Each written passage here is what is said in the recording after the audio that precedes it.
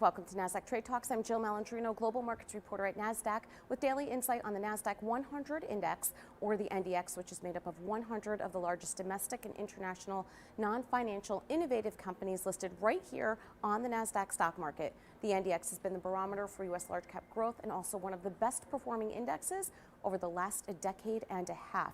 Let's take a look at our first chart of the day. The Nasdaq 100 opened down slightly lower after mixed results last week and had a potentially big week of market-moving catalysts as investors await final word of a possible Phase 1 trade deal with China ahead of the December 15th deadline to raise tariffs on Chinese goods. It's also a big week for central banks as a European Central Bank and Swiss National Bank all have monetary policy meetings. Earnings to watch in the Nasdaq 100 this week include Lulu, Adobe, Broadcom, and Costco. They all report after the close this week.